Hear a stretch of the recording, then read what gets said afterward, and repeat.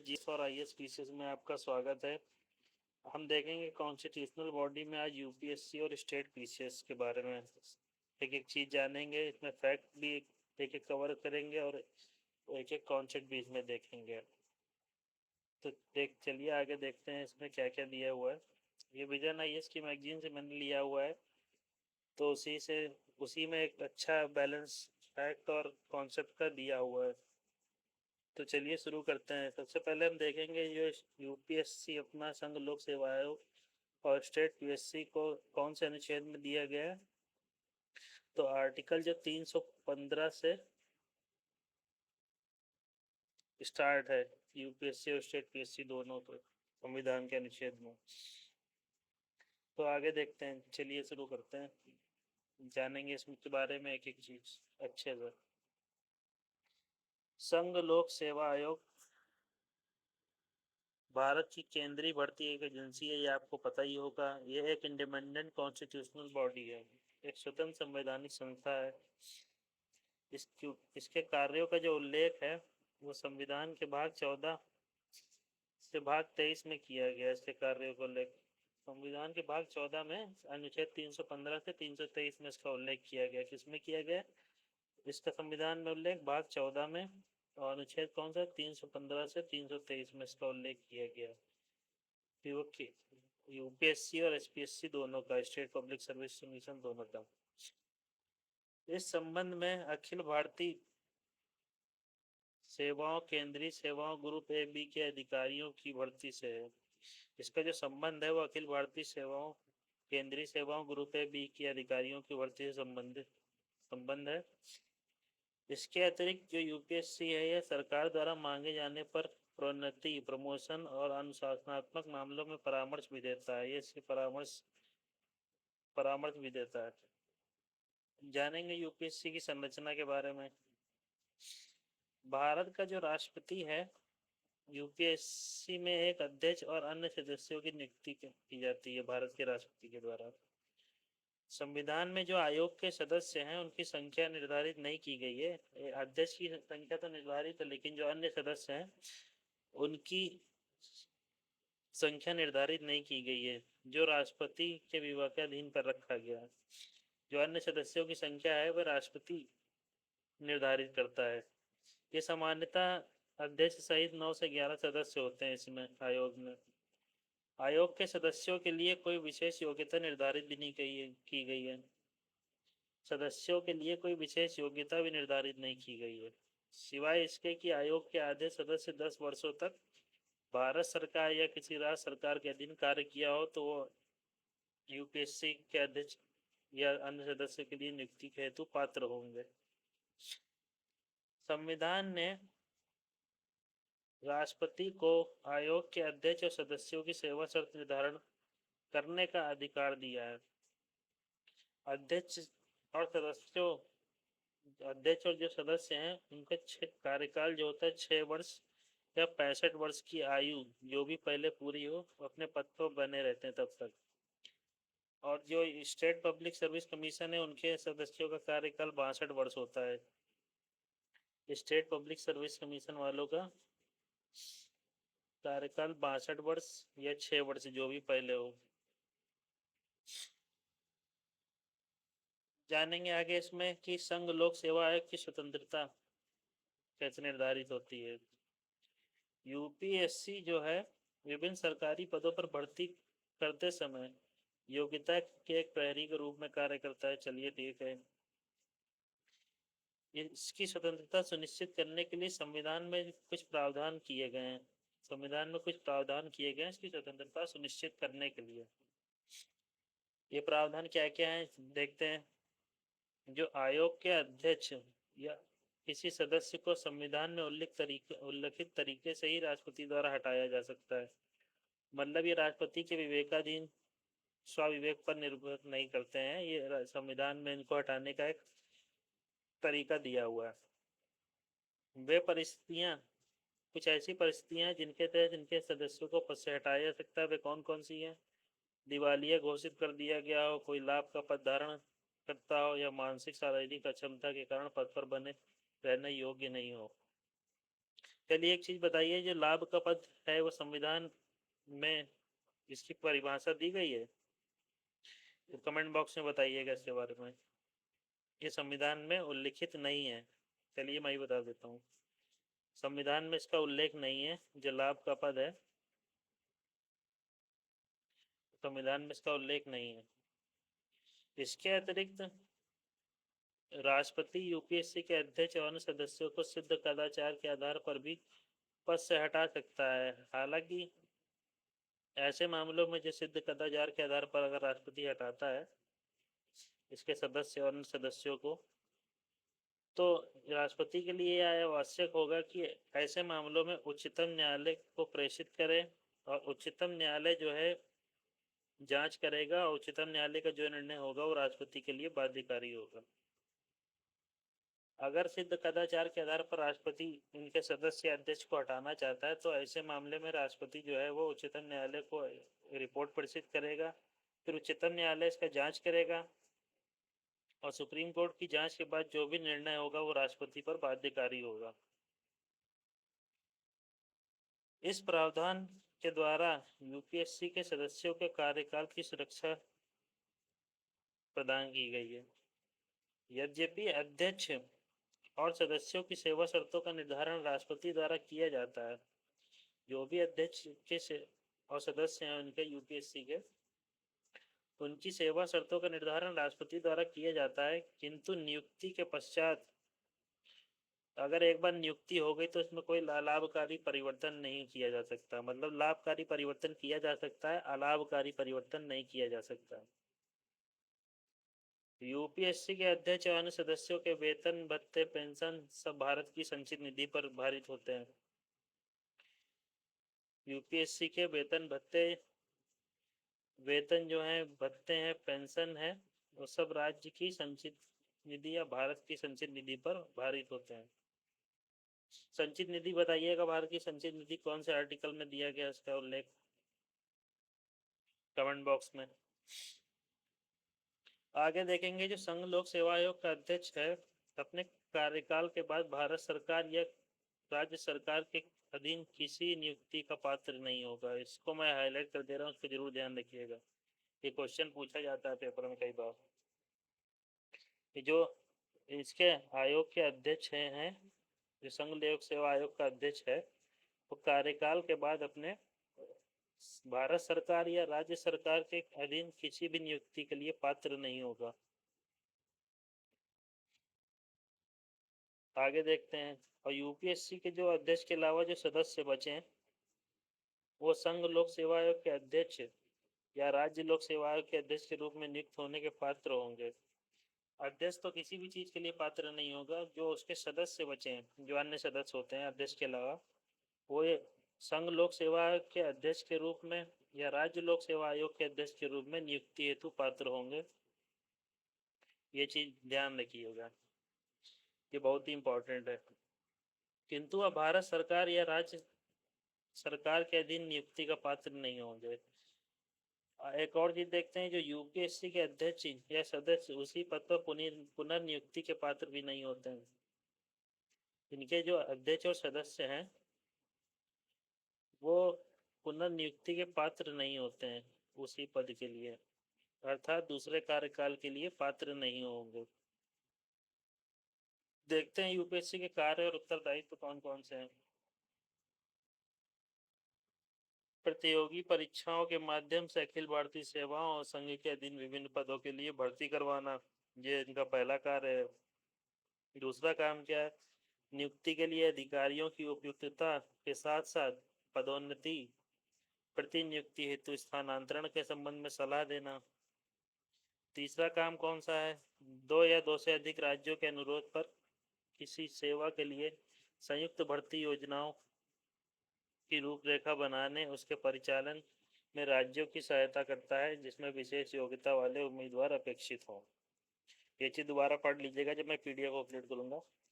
आगे देखते हैं,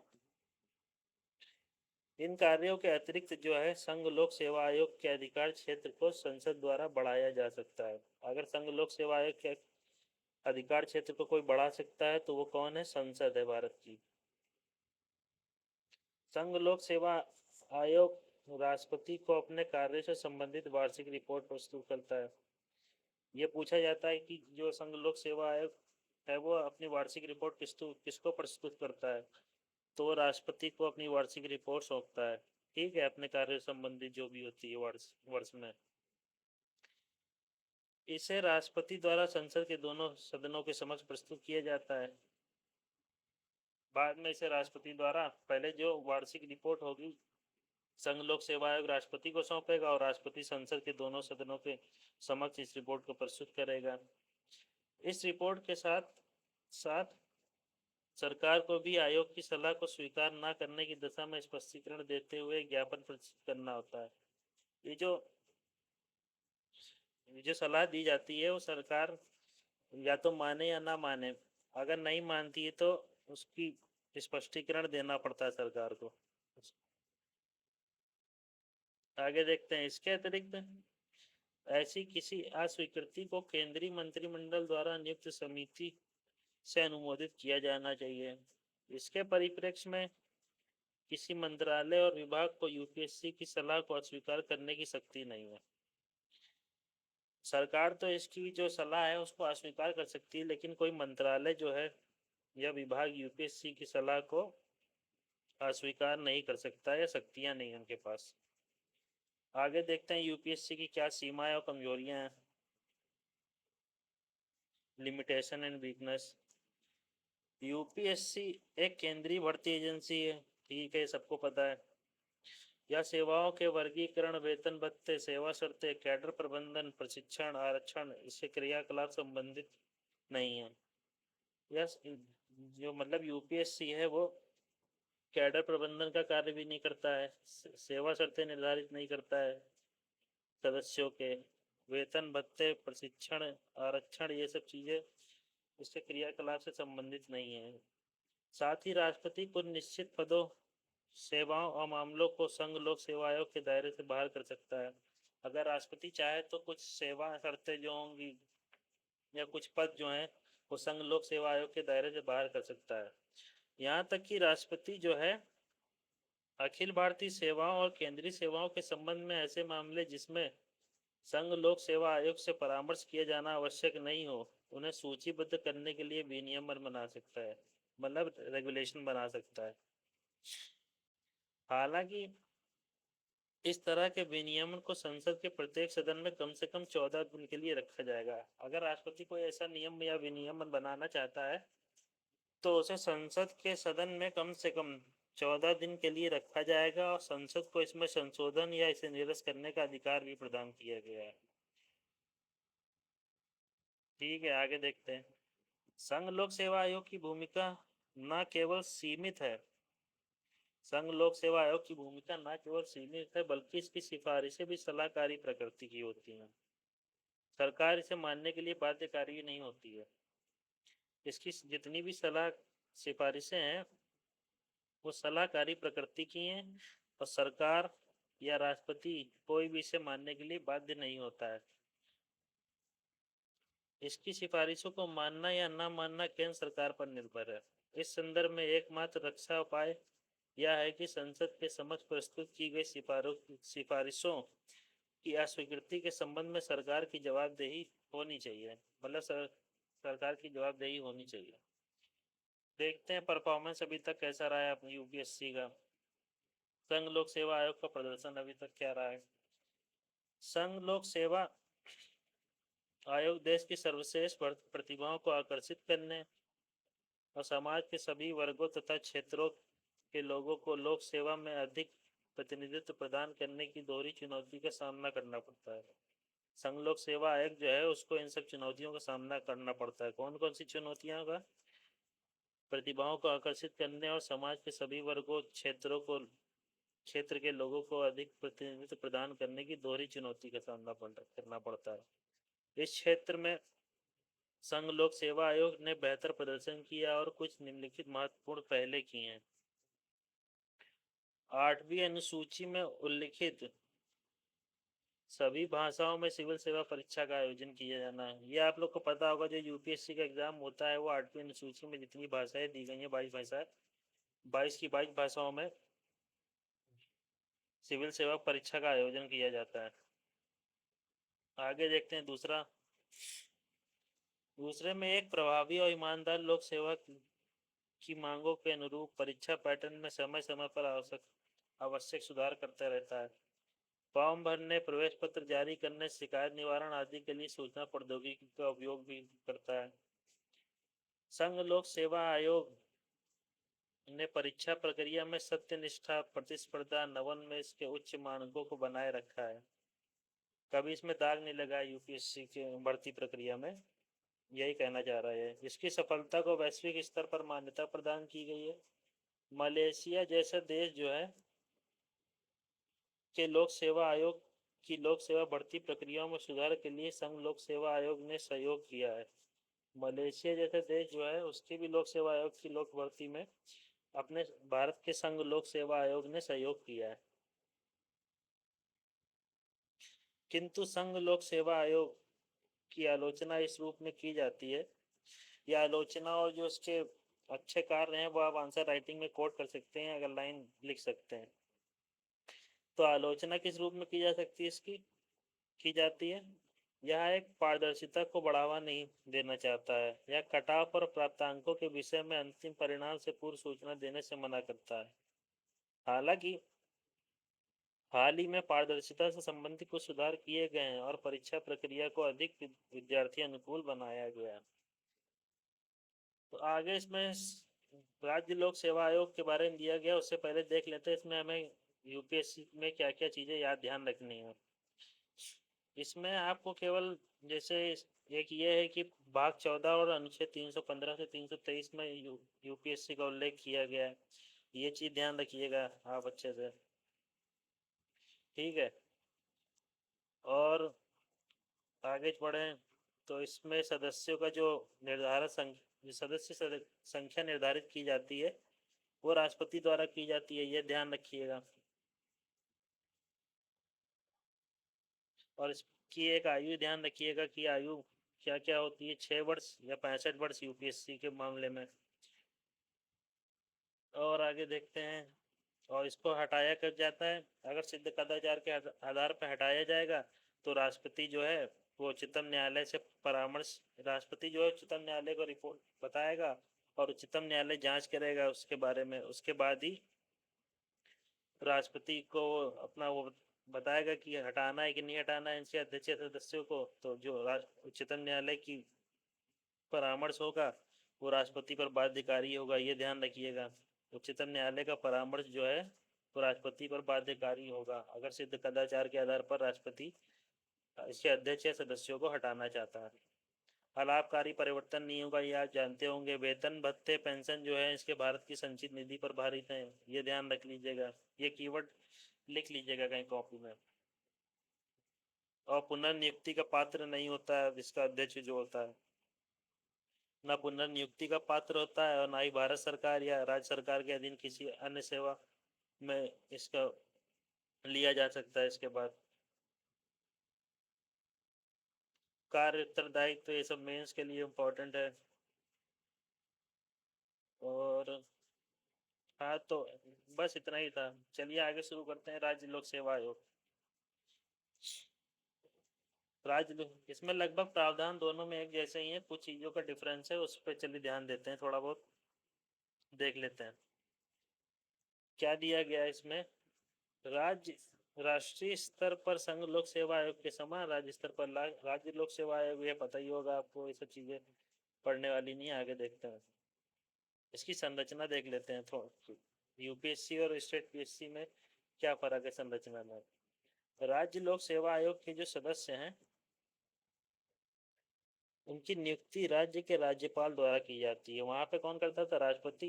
ऑब्वियसली सही बात है कि अगर राज्य में राज्य लोक सेवा आयोग के सदस्यों की नियुक्ति करना है तो राज्यपाल करेगा, क्योंकि राज्य से संबंधित मामला है। राज्य लोक सेवा आयोग के समान ही संघ लोक सेवा आयोग के समान ही राज्य लोक सेवा आयोग की लिए भी कोई विशिष्ट योग्यता नहीं है, इनके लिए भी कोई विशिष्ट योग्यता नहीं दी गई है, निर्धारित नहीं की गई है। किंतु साथ ही यह भी प्रावधान किया गया कि आयोग के आधे सदस्य ऐसे व्यक्ति होंगे जिन्हें केंद्र सरकार या राज्य सरकार, ये वही सेम चीजें हैं, बस इसमें एक ये चीज ध्यान रख लीजिएगा इनके सदस्यों का कार्यकाल 6 वर्ष या 62 वर्ष की आयु होती है और यूपीएससी के मामले में ये 65 हो जाता है, जैसे आगे दिया हुआ है इस पर। आगे देखते हैं इंडिपेंडेंस स्वतंत्रता क्या दी गई है। यहाँ एक बहुत अच्छी इंपॉर्टेंट लाइन है, इस पर ध्यान गौर करिएगा जरा। राज्य लोक सेवा आयोग के अध्यक्ष और सदस्यों की नियुक्ति तो राज्यपाल द्वारा की जाती है। किसके द्वारा नियुक्ति की जाती है? राज्यपाल द्वारा की जाती है इनके अध्यक्ष और सदस्यों की नियुक्ति। लेकिन उन्हें हटाया कैसे, किसके द्वारा जाता है? कि राष्ट्रपति द्वारा। ये चीजें बहुत कंफ्यूज करती है पेपर में, इसको ध्यान रखिएगा। नियुक्ति तो राज्यपाल द्वारा होती है लेकिन उसको हटाया राष्ट्रपति द्वारा जाता है। राष्ट्रपति जो है उन्हें उसी रीति से हटा सकता है जिस प्रकार संघ लोक सेवा के आयोग के अध्यक्ष और सदस्यों को हटाया जाता है। सेवा शर्तों में अलाभकारी परिवर्तन नहीं किए जा सकते, ये ऊपर भी देख चुके हैं हम लोग। और इसका जो ये एक और चीज ध्यान रखिएगा, राज्य लोक सेवा आयोग के सभी वे राज्य की संचित निधि पर भारित होते हैं। राज्य लोक सेवा आयोग के सभी व्यय जितने होंगे वो राज्य की संचित निधि पर भारित होंगे, ना कि भारत की संचित निधि पर। ठीक है, आगे देखते हैं। राज्य लोक सेवा आयोग का अध्यक्ष अपने पद त्याग करने के पश्चात या तो संघ लोक सेवा के अध्यक्ष या सदस्य के रूप में अथवा किसी अन्य राज्य लोक सेवा आयोग के अध्यक्ष के रूप में नियुक्त होने के लिए योग्य है। जो राज्य लोक सेवा आयोग का अध्यक्ष है वो अपना अगर उसका पद त्याग कर देता है, उसके पश्चात वह इस यूपीएससी के अध्यक्ष या सदस्य के रूप में नियुक्त हो सकता है और किसी अदर स्टेट के पब्लिक सर्विस कमीशन के अध्यक्ष या सदस्य के रूप में नियुक्त हो सकता है। किंतु जो पॉइंट ये है कि यहाँ भारत सरकार राज्य सरकार के अधीन किसी अन्य नियुक्ति के लिए वह योग्य नहीं होगा। इन दोनों चीजों में तो नियुक्ति के लिए योग्य है, लेकिन कोई और नियुक्ति के लिए, कोई और किसी और चीज में नियुक्ति के लिए पात्र नहीं होगा। इसी प्रकार राज्य लोक सेवा आयोग के सदस्य भी अपने पद त्याग करने के पश्चात यूपीएससी के अध्यक्ष व सदस्य या किसी अन्य राज्य लोक सेवा आयोग के अध्यक्ष के पद पर नियुक्ति के योग्य हैं, किंतु भारत सरकार या राज्य सरकार के अधीन अन्य नियुक्ति के लिए योग्य नहीं होंगे। राज्य लोक सेवा आयोग के अध्यक्ष या सदस्य उसी पद पर पुनर्नियुक्ति के पात्र नहीं होंगे। पुनर्नियुक्ति के पात्र नहीं होते, चाहे यूपीएससी के सदस्य हो चाहे स्टेट पीएससी के सदस्य हो, उसी पद पर दोबारा पुनर्नियुक्ति नहीं हो सकती उनकी। इसके कार्य फिर से देख लेते हैं। जैसा उनके कार्य थे यूपीएससी के, वैसे स्टेट पीएससी के कार्य होंगे। जैसे यहाँ दिया हुआ है, जो कार्य संघ लोक सेवा केंद्रीय सेवाओं के संबंध में करता है वही सभी कार्य राज्य लोक सेवा आयोग राज्य सेवाओं के संबंध में किए जाते हैं। इन कार्यों के अतिरिक्त राज्य लोक सेवा आयोग के अधिकार क्षेत्र को राज्य विधानमंडल द्वारा बढ़ाया जा सकता है। जो स्टेट पब्लिक सर्विस कमीशन के अधिकार क्षेत्र है वो किसके द्वारा बढ़ाया जा सकता है? राज्य विधानमंडल द्वारा। वहां पे संसद द्वारा बढ़ाया जा रहा था यूपीएससी के कार्य क्षेत्र को। राज्य लोक सेवा आयोग राज्यपाल के समक्ष अपने कार्य से संबंधित वार्षिक रिपोर्ट प्रस्तुत करता है और वहां पे वार्षिक रिपोर्ट वो राष्ट्रपति के समक्ष प्रस्तुत करता है और राष्ट्रपति उसके बाद संसद में प्रस्तुत करता है। यहाँ पे राज्यपाल राज्य विधानमंडल में वार्षिक रिपोर्ट प्रस्तुत करेगा। यहाँ पे जो राज्यपाल है वो राज्य विधानमंडल में रिपोर्ट प्रस्तुत करेगा। इस तरह की रिपोर्ट के साथ सरकार द्वारा आयोग की सलाह को अस्वीकार करने की दिशा में स्पष्ट करते हुए ज्ञापन प्रस्तुत करना होता है। अगर कोई सरकार चाहे सेंट्रल की हो चाहे स्टेट की, अगर सेंट्रल में यूपीएससी कोई सलाह देता है और सरकार उसको नहीं मानती है तो उसको अस्वीकार करने का एक वो रीजन बताना होगा इसको क्यों हमने अस्वीकार किया। वैसे राज्य लोक सेवा आयोग के मामले में लिमिटेशन कौन कौन सी हैं राज्य लोक सेवा आयोग की? राज्य लोक सेवा आयोग केवल एक भर्ती एजेंसी है या सेवाओं के वर्गीकरण वेतन ये सब काम नहीं करती है। जैसे कि ऊपर यूपीएससी भी भर्ती एजेंसी थी, वो भी कैडर प्रबंधन प्रशिक्षण आरक्षण के कार्य नहीं करती थी। राज्यपाल कुछ निश्चित शर्तों पदों सेवाओं मामलों को राज्य लोक सेवा आयोग के दायरे से बाहर कर देता है। सेम एज इट इज वही चीज है, बस वहाँ पे कैरेक्टर चेंज हो गया है। वहाँ पे राष्ट्रपति थे, यहाँ राज्यपाल है।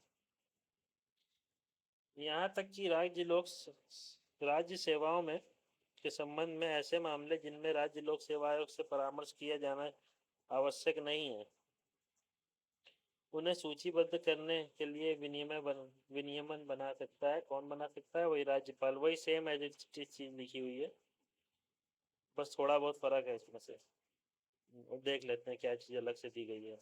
इसके 1964 में राज्य सतर्कता आयोग के गठन ने अनुशासनात्मक मामले में राज्य लोक सेवा आयोग की भूमिका को प्रभावित किया। इस कारण यह किसी भी सिविल सेवक के विरुद्ध अनुशासनात्मक कार्रवाई के दौरान राज्य सरकार द्वारा दोनों से सलाह ली जाती है। 1964 में जो था, एसवीसी के गठन के अनुशासनात्मक मामलों में राज्य लोक सेवा आयोग की भूमिका को प्रभावित किया है। ये लाइन फिर से पढ़ लीजिएगा, समझ में आ जाएगी आपको। कुछ है नहीं समझने वाला, वैसे लाइन इंपॉर्टेंट है इसलिए हाईलाइट कर दिया मैंने। स्टेट पब्लिक सर्विस कमीशन का परफॉर्मेंस देख लेते हैं, वही सेम है। राज्य लोक सेवा आयोग को प्रदर्शन आयोग विस्तृत रहा है। कई राज्य आयोगों ने अपनी परीक्षाओं में उच्च मानक स्थापित किए हैं, एक्सेट्रा एक्सेट्रा। जो ऊपर दिया गया था वही इनका भी कार्य है।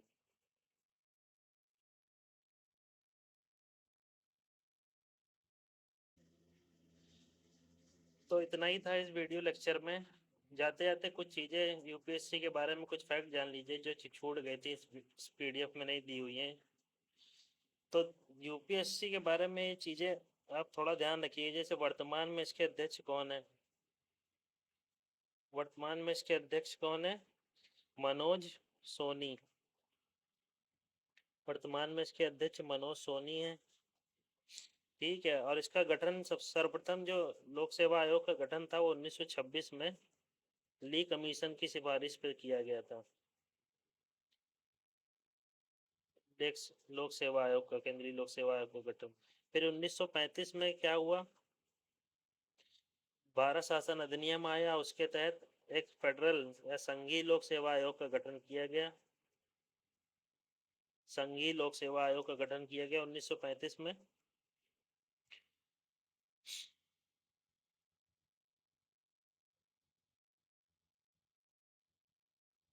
सेवा आयोग का गठन किया गया। फिर यही संघीय लोक सेवा आयोग जो है आगे चलकर 1950 26 जनवरी 1950 को आज का यूपीएससी बन गया।